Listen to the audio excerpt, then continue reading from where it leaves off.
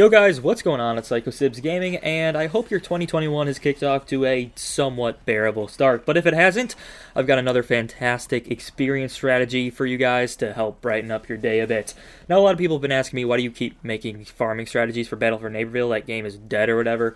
But there's actually quite a few new players in Battle for Neighborville right now, so if you're a new player and you're watching this, get ready, because my whole channel is full of great strategies and guides to get you XP, prize bulbs, coins, everything as fast as possible. Today we're looking at an easy, fast, and solo strategy to level up every single one of your characters. So this works for any character, plants, zombies, TV head, doesn't matter. It's going to work for that character. So grab your lunch here, kick back, relax, because you're watching Psycho Sibs Gaming.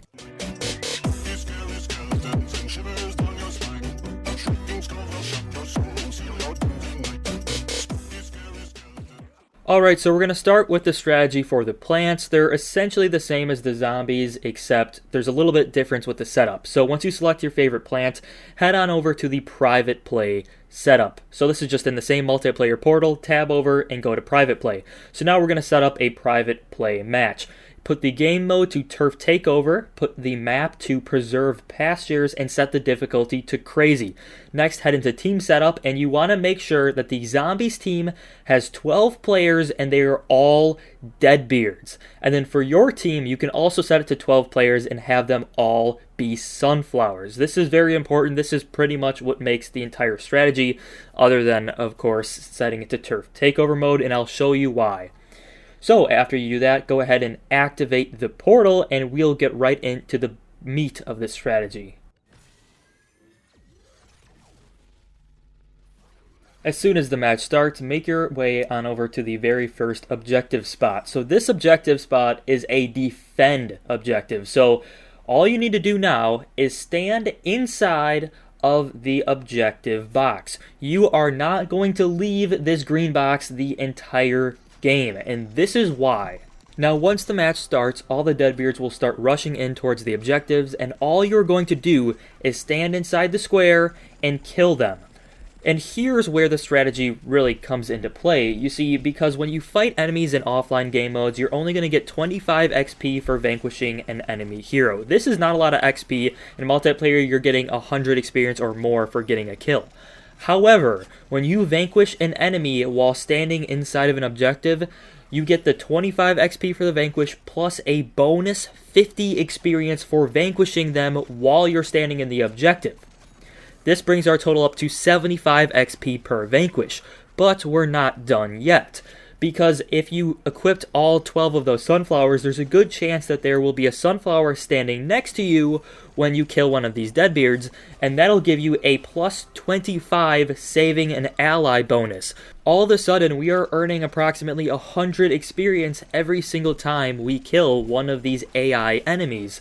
And also, they are Deadbeards, and Deadbeards are terrible no matter what difficulty you set them to, which is why we selected them. Their aim is horrible, especially with all 12 sunflowers around. You are not going to die in this game mode.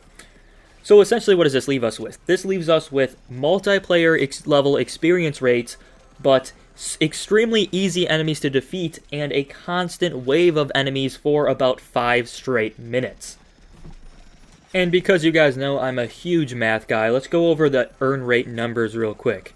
So this is all obviously an approximation based on my experience, but I found that as long as I was getting around 40 to 50 kills within those 5 minutes of playtime, I was earning around 5,000 experience. Now, you can honestly do much better than this if you do well and kill a lot of enemies, so this is obviously just an approximation. I would expect that on average, you guys watching, if you tried this out, you would earn around 5,000 XP for a single one of these games. Now, after actually completing the game and going through the cutscene, that whole process will probably take you around 8 minutes, which means that you'll be earning approximately 37,500 experience if you did this for a full hour. Now, compared to some of our other experience strategies, this one by no means tops the chart. Obviously, you know, the plumbing gig is still one of the best experience strategies out there. But honestly, this strategy, you don't have to farm for tacos or anything like that. It's extremely easy to do. It's also a lot of fun because you're actually kind of playing the game here. and defeating enemies in a multiplayer-like setting, which is great. But it is really, really effective to plow through a bunch of those characters levels, especially in the early game. If you're using this strategy to get your character promoted maybe once or twice, you are just going to be absolutely blasting your way through those levels. So real quick, I want to cover what you do if you want to level one of your zombies up. It's the same idea. Grab one of your zombies, hop into a private play setup, select Turf Takeover. For the map, I would probably suggest Turning Point, and then obviously set your difficulty to crazy. And then for your team size, same deal, except you're going to want to put scientists on your team, and you're going to want to make the enemy team all cactus. Cactuses? Cacti? I feel like I'm getting that plural wrong. So just a couple last tips to leave you guys with before we end this video. First off, you can choose any multiplayer map you want as long as it is Turf Takeover, and as long as the very first objective is a defense objective. So you want to be defending something to start off, otherwise you won't be able to get all of those great points. You definitely don't want to be attacking, you 100% want to be on the defense. Other than that, I should note that there are certain characters who have special bonuses associated with them, so with some characters you may be earning more XP than with others. I would not recommend this strategy for gaining prize bulbs, although obviously you're still going to get prize bulbs. In fact, you'll be getting around 10 prize bulbs per hour if you're earning that 37 to 40,000 experience every hour. But overall, we have much better prize bulb strategies. Use this for solely leveling up characters.